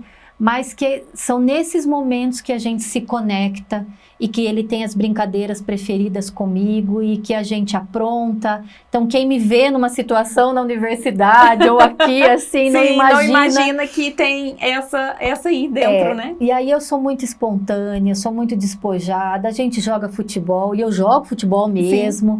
Né? Foi assim que eu conheci o meu esposo, inclusive. A gente brinca, né? A gente tem uma dimensão do brincar muito presente. Então, o Benício é extremamente criativo, extremamente inventivo. porque aí ele é oportunizado diferentes experiências. E quando eu não estou, o Raí está, porque também juntamos os três, parecem 3 crianças, tanto que os amigos do Benício adoram ir para casa, porque tanto eu quanto o Raí brincamos juntos e sempre tem uma confusão, sempre tem uma surpresa. Eu até às vezes falo para o Raí, amor, são as crianças, querido, né? Menos porque agora eu tenho que virar professora. Entendi. Para que as mães das crianças vão reclamar com a gente, né? Mas tem mais. Ai, o meu lado mãe, bem mãe, costurou que costurou o avental e que cria coisas, e aí aprendi a costurar também com meu pai e com a minha mãe, e aí fizemos lá a capa, meu pai fez o óculo, porque ali ele é mini cientista, e agora aqui já é, né, um tempo mais recente, o último aniversário de 8 anos dele, já tá mocinho. Já, olha gente. E daqui a pouco, né, já tá aí, 9 anos. E aí as sutilezas, quando a gente fala que o amor prevalece, né? E o Benício, que é um menino super do bem, é aquele que é do bem, ele sempre deixa umas surpresas no meu celular. Sim. Então essas são fotos que ele tira com o meu celular e depois ele vai mandando corações explodindo, ou uma mensagem, ou ele grava um áudio, né? Então ele é um menino que todo o amor que a gente destina a ele, ele retribui na prática. Sim. Então aí, né, para o segundo filho, o que fica? Que amor concedido é amor que retorna. Acima de tudo, respeito, cuidado, carinho e responsabilidade acima de tudo. Né, para voltar corações que explodem aí, como nessa imagem, mas que não é fácil, né? A gente contou aqui algumas partes. Eu não vou ser aquela que vai romantizar a maternidade, mas eu vou dizer que é a melhor coisa em disparado que aconteceu na minha vida, né? Então sim, tenham o primeiro filho, o segundo filho, o terceiro filho, quanto vocês quiserem, desde que seja uma escolha consciente, uma escolha pensada, né? Com pessoas, com uma rede de apoio, aqui já ele com 8 anos para 9, meu esposo, uma foto mais recente, tirada algumas semanas atrás, mas que vale a pena essa aventura deliciosa de ser mãe. E eu digo que o Benício, na bondade, na generosidade dele, veio para nos ensinar. Essa é muito ele. Muito ele. É aquele olhinho que a gente ama. Veio nos ensinar que a gente pode aprender muito com as crianças, né? Para além das teorias que já dizem isso, a maternidade nos ensina sobre doação, sobre bem-querer, sobre ceder, sobre ser melhor. Eu acho que concretiza essa nossa dimensão humana. Sim. Traz à tona essa nossa dimensão humana. Sim.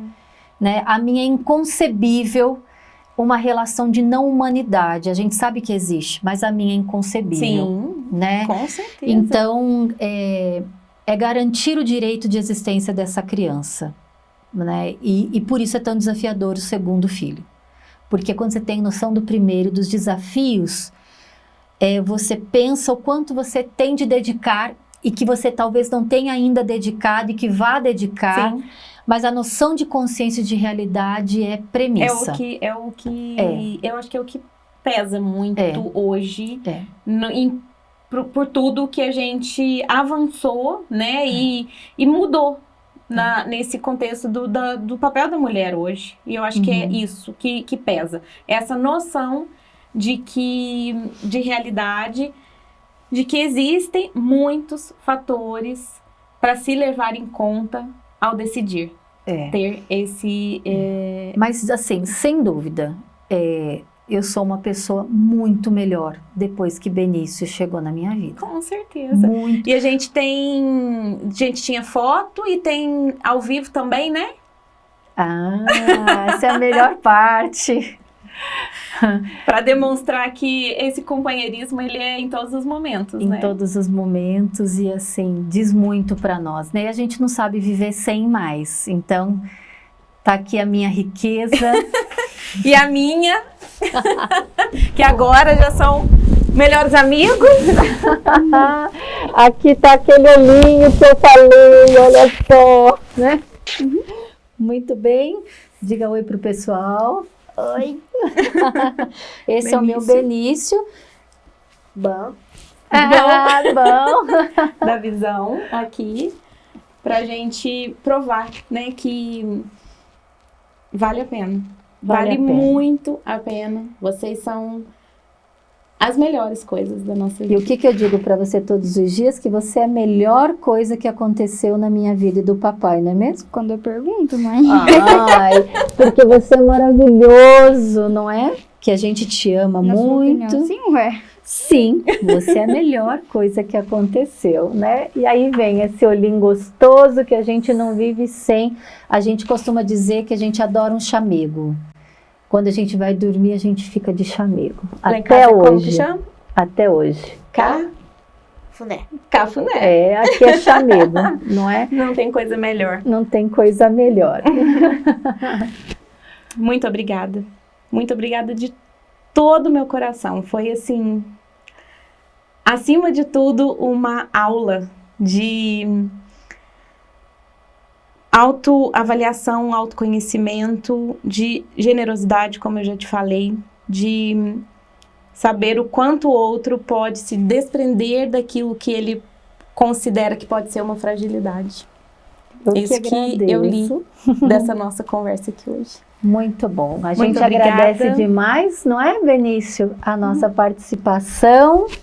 E assim, falar de um tema tão sensível como esse, como eu disse, reviver, foi um processo de autoanálise muito importante, mas uma certeza, né? Como eu disse, eu sou muito melhor desde que Benício chegou, desde que nós decidimos.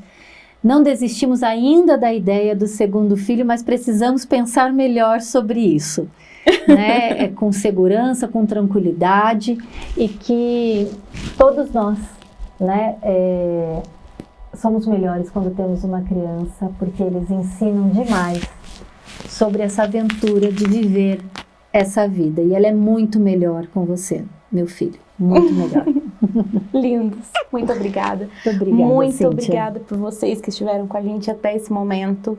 Não deixem de consumir os conteúdos aqui do Lavras TV, que estão riquíssimos, especialmente Mulheres em Pauta. Estejam com a gente aqui todas as quartas. Podemos mandar O um churrasco. beijo pro papai, né? Com Pro papai Raí, ó. Manda um beijo ali para aquela câmera pro papai, filho, ó. Um beijão, que ele é muito querido também, toda a nossa família, e muito especial nessa história toda. Cíntia, outro beijo grande para você, pro Júnior. Muito E obrigada. para todos que fazem acontecer esse projeto tão bacana. Parabéns. Muito obrigada. Muito obrigada. Mulheres em Pauta, todas as quartas, aqui no Lavras TV.